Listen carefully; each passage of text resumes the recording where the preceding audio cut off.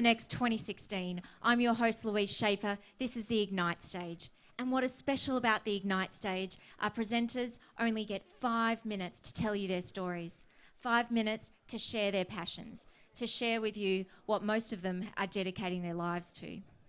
Up next, you're going to be hearing about new insights revealed by First Treatment's crowdsourcing platform.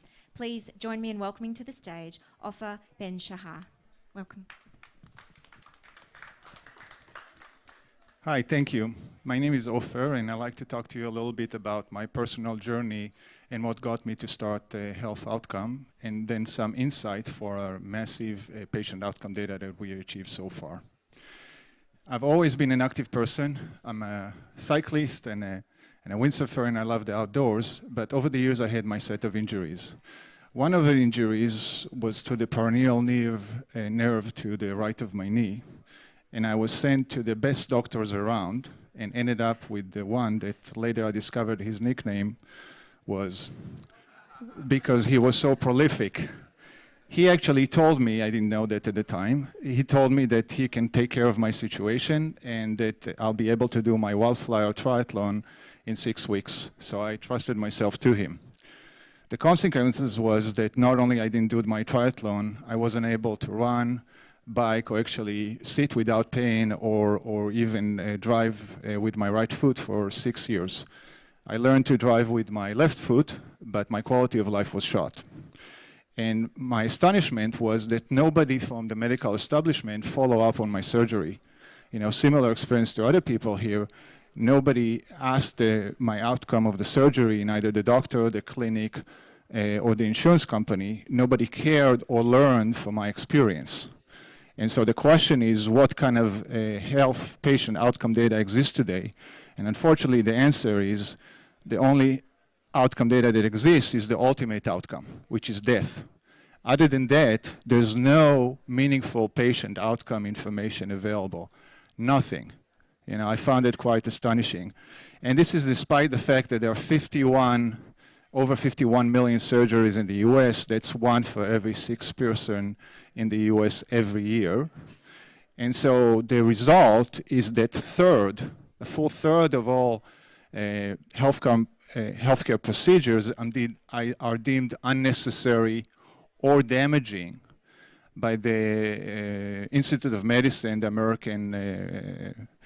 American Science Organization.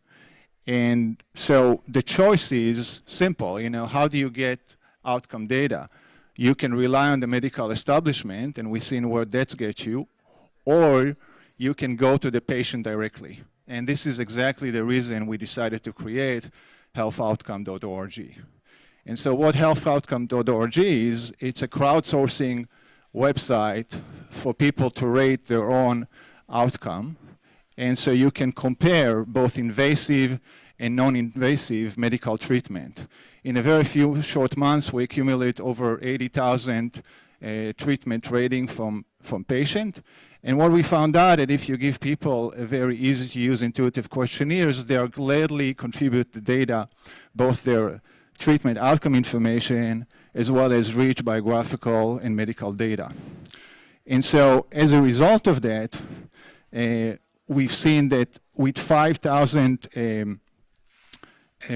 patients that reported on back pain, or low back pain, about 25% of which had actually a surgery, and out of which 83% are self-reported to be in pain, as opposed to be either recovering or cured. And this is something that no doctor will be able to tell you. Now, in additional insight on this, if you had one surgery, one back pain surgery, you had multiple, 54% of the patient had more than one surgery, and the more surgeries you have, the more likely you are to self-identify as being in pain. On the other hand, for instance, for plantar fascia, something that I personally suffered from and was cured by massage, this is a treatment that is highly rated on health outcome, but something that most podiatrists don't even know about. And when I told it to my podiatrist, he thanked me for the insight. And so I want to emphasize that the data that we have is highly representative. We get the data mostly through Facebook, and there were over 2.5, maybe now close to 3 million views on Facebook, out of which we had actually over 500,000 people on our website. 100,000 of them looked at the questionnaires, and over 11,000 at this point have completed the questionnaire. Compare this to a typical medical study that costs $10 to $40 million for a few hundred patients. This is much more efficient. Our data is growing continuously, and there's no incentive for patient to put the information other than to pay it forward to the community and help unnecessary suffering. So the vision here is simple. We want to see each and every medical treatment have detailed patient outcome data so we can know exactly what treatment works and what treatment doesn't work. And without patient outcome data, the healthcare system is running blind. It's time to shed some light on the facts and get people the treatment they deserve. And the fact that we can save $1 trillion in the process doesn't hurt. Thank you so much. Can I ask you a few questions? Please. Before I let you off stage? So how long ago did you actually start up healthoutcomes.org? The site became a trial site in January this year. Only January this year. Yes. And you've already had those sort of numbers and Yes. over 10,000 people complete Yes. a survey as Yes. well. That's fantastic. Yeah, thank And you. what sort of qualitative comments are you getting back from that community who are going to your site, and whether they're filling out the survey or not? Are you capturing, whether they're finding this of value?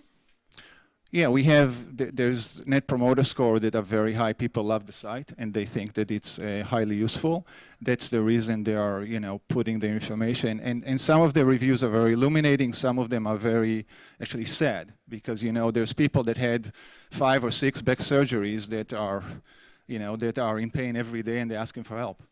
Yeah, that's right. Right. Okay. And so you haven't even been going for a year yet. Have you had many opportunities to actually talk to clinicians and let them know that this is available? Yeah, absolutely. I have a lot of clinicians actually endorsing this on the website, and I came here to talk to more. And the data is available for research. So if people want to share look at the data, I'm more than happy to share it. This is done for the best of the community, so I'm more than happy to share the data for research purposes. That's fantastic. And in Australia at the moment, the government are actually doing a consultative exercise right now to look at what we call in Australia secondary use of data. So they're looking at the data that's captured for, medical treatment purposes in EMRs and electronic health records. What do people think?